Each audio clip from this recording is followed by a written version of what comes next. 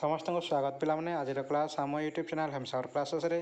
तो देखा पिलाने आज हम पढ़ा सप्तम श्रेणी इतिहास द्वितीय अध्याय जो सुल्तानी शासन रही से सुल्तानी शासन में 5टी राजवंश शासन करते जहाँकि 300 वर्ष धरी शासन चली। तो से आम प्रथम पढ़ी दासवंश विषय पढ़ी दासवंश 2टी राजा विषय पढ़ी सारी आम पढ़ा आज पिलाने रेजी आउ गियासुद्दीन बलबन विषय। तो पिलाने आज क्लास को आम स्टार्ट करवा। देख जो मैंने प्रथम करी आम चैनल रे विजिट कर चैनल को सब्सक्राइब कर रखु जमीक आम नुआ नुआ वीडियो अपलोड कला बेले ऑनलाइन क्लास कला बेले आपन पाखे नोटिफिकेशन जीव आपण मैंने करेंगे। आगामी जो एग्जाम गुड़िक अच्छे से मैंने आम क्वेश्चन पेपर गुड़िक डिस्कस करवा। तो पिलाने डेरी नगर आज क्लास को स्टार्ट करवा। देख तो आम प्रथम पढ़ा रेजिया विषय आम पढ़ी कण द्वितीय अध्याय दिल्ली सुल्तानी शासन ने दिल्ली सुल्तानी शासन विषय आम पढ़ी सारी। तापरे ए सुल्तानी माने केते वर्ष धरि शासन करथिले 300 वर्ष रे केतोटी राजवंश शासन करथिले 5टी राजवंश शासन करथिले। केबे आरंभ हेतला 1526 ख्रीष्टाब्द पर्यंत दिल्ली रे सुल्तानी शासन चाली रहितला। सेति समय केतोटी राजवंश शासन करथिले 5टी राजवंश शासन करथिले। जेते बेले गोटे परिवार जनक परे जणे देश शासन करती आम राजवंश शासन बोली कही था। राजवंशर शासन बोली कहमु बुझल। गोटे परिवार रे गोटे लोक मरीगले तार पिला हम तार पिला मरीगले आर तार पिला हम तार पिला मरीगले आर तार पिला हम सेटा कहू आम राजवंश शासन बुझल। तो केते वर्ष धरला 300 वर्ष चली आउ 5टी राजवंश शासन करथिले। तो 5टी राजवंश देख फास्ट थिला तुर्की शासन तापरे खिलजी तापरे तुगलक नाके। तो ये तुर्की शासन समय के 5टी राजा थिले 5टी राजा थिले कुतुबुद्दीन ऐबक शामसुद्दीन इल्तुतमिश रेजिया गियासुद्दीन बलबन।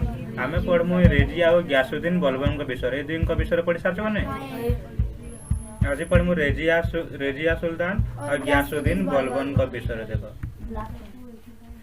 गियासुद्दीन बलबन केते रु केते शासन करथिले 1266 रु 1287 पर्यंत आ 1236 रु 1240 मात्र 4 वर्ष शासन करथिले के रेजिया सुल्तान। तो रेजिया सुल्तान को विषय आमे एबे पढमु। देखो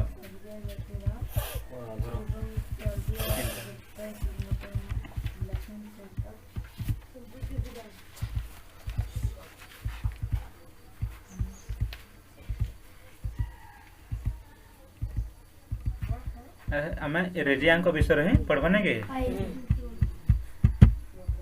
इल्तुतमिश का मृत्यु पर तांकर झियो रेजिया दिल्ली सिंहासन आरोहण करथिले। रेजिया के थिले इल्तुतमिश झियो। से शासन कार्य रे तुर्क सम्रांत माने सहयोग पाइथिले ओ केतेक प्रादेशिक शासक माने तांको विरोध करथिले काहाको रेजिया को। सेथि पई शासन कार्य रे परिचालन करिवारे अनेक असुविधा सम्मुखीन होथिले के रेजिया को से जणे झियो थिले। तो तांको केतेक दुर्बल सुल्तान माने शासन कार्य ठीक भाव परिचालन करि नथिले। तांको समय से जेते बेले ऑफिसर मन छन ने सो ऑफिसर मन ताकर काजे एक भल से काम नहीं करी का समय रे रेजिया को सेति पय से 4 वर्ष ही शासन करि पाथिले। ए रेजिया हेउछन्ते दिल्ली सिंहासन रे बसिथिया प्रथम और शेष मुसलमान शासिका जणे नारी शासन करथे। दिल्ली रे सेथरे जणे नारी शासन करथिले के से हेतले प्रथम और दिल्ली सिंहासन रे बसिथिबा सेटा मध्ये दिल्ली सिंहासन रे बसिथिबा प्रथम नारी के थिले रेजिया शेष नारी के थिले रेजिया से जणे ही कहिथिले बुझलो। रेजिया के थिले इल्तुतमिश कर दिया मन रहला एतिके। तापर देखो जहार फलस्वरूप इल्तुतमिश पुत्र नासिरुद्दीन मामूद मृत्यु पर गियासुद्दीन बलबन दिल्ली सुल्तान शासन आसीथिले। तापर देखो से दुर्बल शासन थिला तांकर कहार रेजियाଙ୍କର से शासन नहीं करि पारे 4 वर्ष ही शासन कले। तापर तांका पर कि आस्थिले गियासुद्दीन बलबन। तो आमे गियासुद्दीन बलबन को विषय रे पढ़वा। देखो मन रहलो रेजिया के थिले केते वर्ष शासन करथिले ए कान पटे देबो गियासुद्दीन बलबन। तापर देखो 1266 रु 1200 87 पर्यंत शासन करथिले। ये होचंते गियासुद्दीन बलवान गियासुद्दीन बलवान सुल्तान हेबा पूर्वरु इल्तुतमिशଙ୍କର 40 जण कृतदासଙ୍କ ମଧ୍ୟରୁ ଜଣେ ଥିଲେ। इल्तुतमिशଙ୍କର 40 जण इल्तुतमिश के ଥିଲେ रेजियाଙ୍କ पिता। तो तांकर कृतदास ଥିଲେ कि गियासुद्दीन बलवान। तो गियासुद्दीन बलवान को जड़े कृतदास थे इल्तुतमिशଙ୍କର। से सिंहासन आरोहण पर इल्तुतमिश सुल्तानी पदवीर मर्यादा क्षमता प्रभाव बढ़ाई लगी पड़ी इल्तुतमिशଙ୍କର किए गियासुद्दीन बलवान तांको सैन्य बाहिनी को पुनः संगठित करते। गियासुद्दीन बलवान इल्तुतमिशଙ୍କର सैन्य बाहिनी को पुणी थे आउ गढ़ी भलसे गठन करते। यह छड़ा से केतेक गुरुत्वपूर्ण स्थान दुर्ग मान निर्माण करते। से एक सुदृढ़ गुप्तचर संस्था गठन करते जहाँफल कि से कठोर पदक्षेप ग्रहण कर दिल्ली और दोआबर आखपाख अंचल आईन श्रृंखला परिस्थिति को सुधारी पारि जिते बेले रेजिया शासन करते 4 वर्ष से दिल्ली शासन पूरा दुर्बल हो जाता। तापर रेजिया पुत्र जड़े थे मृत्यु पर आउ किए नहीं थे से ये थे जड़े कृतदास थे गियासुद्दीन बलवान। तो देख जड़े राजा जिते बेले मरीजे हेले तांकर पिला थिले से राजा हेबे जदि नहीं थे ना बेले क्या करबे तांकर सेनापति हेबे नहीं कि सेनापति से शासन चलाबा। सेमती गियासुद्दीन बलवान सेठारे शासन चलते आउ इल्तुतमिशଙ୍କର जेन संगठन थिला ताके सुदृढ़ करथिले हैला। बलवानकर एक शक्तिशाली सैन्य बाहिनी थिबारु से मंगोल मानक आक्रमण उत्तर भारत को रक्षा करथिले। जेते बेले तापर के होतले मोगल माने आस्थिले काना मोगल माने आस्थिले तो बलवान जने शक्तिशाली सैन्य बाहिनी गठन करथिले तो से मोगल माने भीतर को प्रवेश करि पारनथिले बुझिलो। तापर देखो बलवान काहे कि एही शक्तिशाली गुप्तचर संस्था गठन करथिले तो क्या गठन करते देख रेजिया जिते बेले शासन करते से बलवान भी दुर्बल हिसाब था। तो बलवान से सब को देखुले से सब ठीक भाव परिचालन करने से एक सैन्य बाहिनी गठन करते। बलवान तांको साम्राज्यर सुपरिचालन शासन सामाजिक क्षेत्र में अनेक परिवर्तन आनी देथिले। कला साहित्य से विकास लाभ करते। से अनेक ज्ञानी और विद्वान लोक मान दरबार को स्थापन करते। मध्य कवि अमीर खुसरू दरबार को जाते क्या गियासुद्दीन बलवान को दरबार को। बलवान राजशक्तिर पुनः प्रतिष्ठा स्वर्गीय राजतंत्र नीति अनुसरण करते। सुल्तान निजक भगवान प्रतिनिधि बोली कहते। सुल्तान निजक भगवान प्रतिनिधि बोली कहते। सुल्तान के इल्तुतमिश सुल्तान को दर्शन करने को हेले साष्टांग प्रणाम और पाद चुम्बन करने को पड़ूला बोली कहते किए गियासुद्दीन बलवान। रक्त लुहा नीति अवलंबन कर से साम्राज्य को दृढ़ कर पारथिले। कहा विषय पढ़ु गियासुद्दीन बलवान बुझल। अन्यतम बलवान अनेक मस्जिद निर्माण करते। से यही सब कार्य बलवान दास वंशर श्रेष्ठ सम्राट रूपे परिणत होते। बलवान थे से दास वंशर शेष सम्राट जिते बेले 5टी राजवंश शासन करते कि नहीं दिल्ली रे से थे दास वंशर श्रेष्ठ सम्राट। से 1287 ख्रीष्टाब्द मृत्यु हो गला।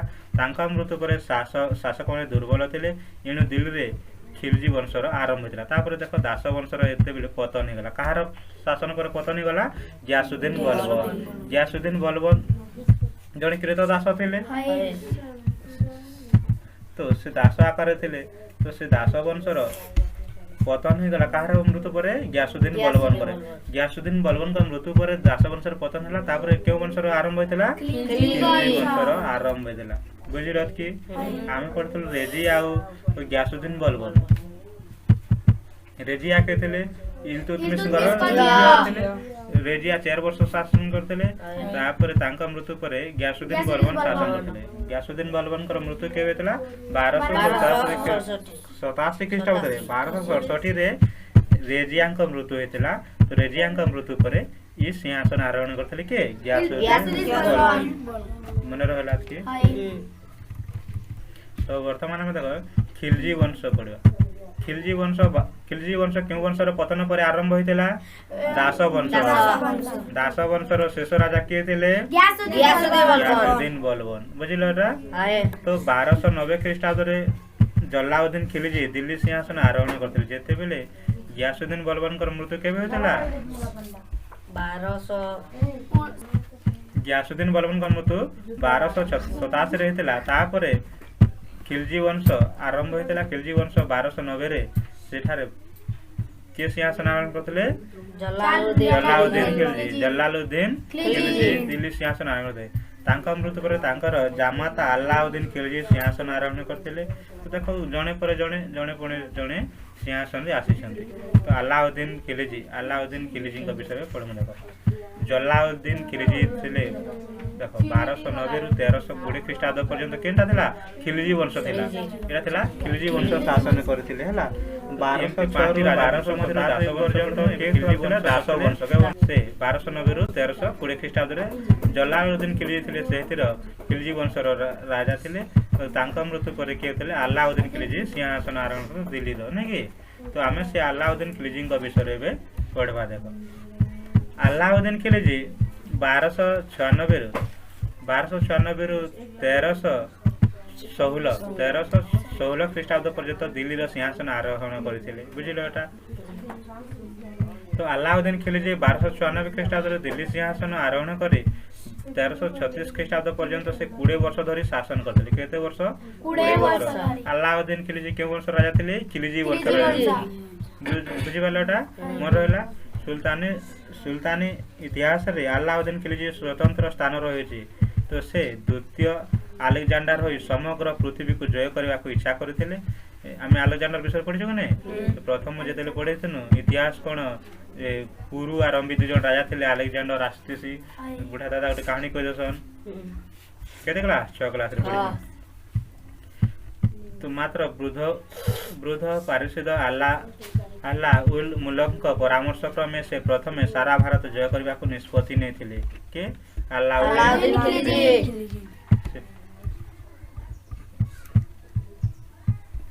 ଦେଖ ଆଲ୍ଲାଉଦ୍ଦିନ ଖିଲଜିଙ୍କ ବିଷୟରେ ଆଲ୍ଲାଉଦ୍ଦିନ ଖିଲଜି ଜଲାଲୁଦ୍ଦିନ ଖିଲଜିଙ୍କ ପୁତୁରା ଥିଲେ। ଆଲ୍ଲାଉଦ୍ଦିନ କିଏ ଥିଲେ? ଜଲାଲୁଦ୍ଦିନ ଖିଲଜିଙ୍କ ପୁତୁରା। ଜଲାଲୁଦ୍ଦିନ କିଏ ଥିଲେ? ଆଲ୍ଲାଉଦ୍ଦିନଙ୍କର ତାଙ୍କର କକା ହେବେ ନାଇଁ କି? ଆଲ୍ଲାଉଦ୍ଦିନ ଖିଲଜି କହୁଥିଲେ ସୁଲତାନ ଧରାପୃଷ୍ଠରେ ଈଶ୍ୱରଙ୍କ ସ୍ୱରୂପ। ସୁଲତାନ ହେଉଛି ଧରାପୃଷ୍ଠରେ ଈଶ୍ୱରଙ୍କ ସ୍ୱରୂପ। ସେ ସାଧାରଣ ଜନତାଙ୍କ ସହ ତୁଳନୀୟ ନୁହନ୍ତି। ତାଙ୍କର ବାକ୍ୟ ହିଁ ଆଇନ ଏବଂ ରାଜ୍ୟର ମଙ୍ଗଳ ପାଇଁ ଯାହା କରିବେ ତାହା ଠିକ୍ ହେବ। ସୁଲତାନ ଯାହା କହିଦେବେ ସେ ହେଉଛନ୍ତି ଭଗବାନ। ଯାହା କହିବେ ସେଇଟା ଆମେ ମାନୁ ହିଁ ମାନୁ। ବୁଝିଲ କି? ତ ଏହା ଛଡ଼ା 3ଟି କାର୍ଯ୍ୟ ପାଇଁ ସେ ସୁଦୃଢ଼ ଇଚ୍ଛା ପ୍ରକାଶ କରୁଥିଲେ କି ଆଲ୍ଲାଉଦ୍ଦିନ ଖିଲଜି। ସେଗୁଡ଼ିକ ହେଉଛି ତୁର୍କ ସାମନ୍ତମାନଙ୍କ କ୍ଷମତା ହ୍ରାସ, ଦାକ୍ଷିଣାତ୍ୟ ରାଜସ୍ଥାନ ବିଜୟ ଓ ମଙ୍ଗଲ ଶକ୍ତିର ଧ୍ୱଂସ ସାଧନ। ମଙ୍ଗଲ ଶକ୍ତିକେ ଧ୍ୱଂସ କରିବାର ତାଙ୍କର ଇଚ୍ଛା ଥିଲା। ଏହି ଇଚ୍ଛା ପୂରଣ ପାଇଁ ସେ ଏକ ବିରାଟ ସୈନ୍ୟବାହିନୀ ଗଠନ କରିଥିଲେ। ଆବଶ୍ୟକ ପଡ଼ିଥିଲା। ସୈନ୍ୟବାହିନୀର ଖର୍ଚ୍ଚ ତୁଲାଇବା ପାଇଁ ସେ ଗଙ୍ଗା ଯମୁନା ମଧ୍ୟବର୍ତ୍ତୀ ଦୋଆବ ଅଞ୍ଚଳରେ ବାସ କରୁଥିବା ଧନୀ ଲୋକମାନଙ୍କ ଉପରେ ଅଧିକ କର ବସାଇ ଦେଲେ। ସେ କାଁ କରିଥିଲେ? ଗୋଟେ ସୈନ୍ୟବାହିନୀ ଗଠନ କରିବାକୁ ପଡ଼ୁଥିଲା। ତ ସେଥିର କାର୍ଯ୍ୟ ସେ କାଁ କଲେ? ସେ ଧନୀ ଲୋକମାନଙ୍କ ଠାରୁ ସେ କାଁଟା କଲେ? କର ଆଦାୟ କରିବାକୁ ବସିଲେ। କିଏ? ଆଲ୍ଲାଉଦ୍ଦିନ ଖିଲଜି। क्या सैन्यबाहिनी करुले से जिते मोगल मैंने आसते कि से शक्ति को ध्वंस करने मोगल मान खेदवाई। यह छड़ा जमी माप कराई तदनुसार कर बसा जाऊला। यहीपरि भाव में अलाउद्दीन खिलजी विभिन्न सूत्र से क्या करते कर आदाय करुले।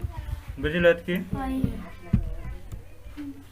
1249 ख्रीष्टाब्द अलाउद्दीन उलगु खा ओ नसरत खा नेतृत्व एक सेना बाहिनी गुजरात राजधानी अनहिलवारा आक्रमण करते पठाई। यही सैन्य बाहिनी गुजरात और मालय जय करते। देख से कर आदाय कले कर आदाय करते अलाउद्दीन खिलजी गोटे सैन्य बाहिनी गठन करते। से सैन्य बाहिनी गठन में अलाउद्दीन उलगु खा एवं ओ नसरत खा नेतृत्व नहीं एक सैन्य बाहिनी। से सैन्य बाहिनी गुजरात राजधानी वर्तमान गुजरात राजधानी क्या गांधीनगर आगर गुजरात राजधानी से समय अनहिलवारा तो सेटा को आक्रमण करते जय करते। यहाँ पर अलाउद्दीन रणथंभोर ଓ ମେୱାର ଚିତ୍ତୋର ଦୁର୍ଗ ଅଧିକାର କରିଥିଲେ ତାପରେ ସେ ସେଠାରେ ଥିବା ଦୁର୍ଗ ଗୁଡ଼ିକୁ ଅଧିକାର କରିଥିଲେ କାଁ ହେଲା ଝୁମରା ଲାଗୁଛେ ତ ଏଟା ହଉଛି ଆଲାଉଦ୍ଦିନ ଖିଲଜୀଙ୍କର ସାମ୍ରାଜ୍ୟ ଦେଖ ସେ ଗୁଜରାଟ ଏସବୁ ସେ କାଁ କରିଥିଲେ ବେଶୀ ରୂପେ ସେ ଶାସନ କରିଥିଲେ ଆଉ ତାଙ୍କର ସାମ୍ରାଜ୍ୟ ଥିଲା ଏଟା ହେଲା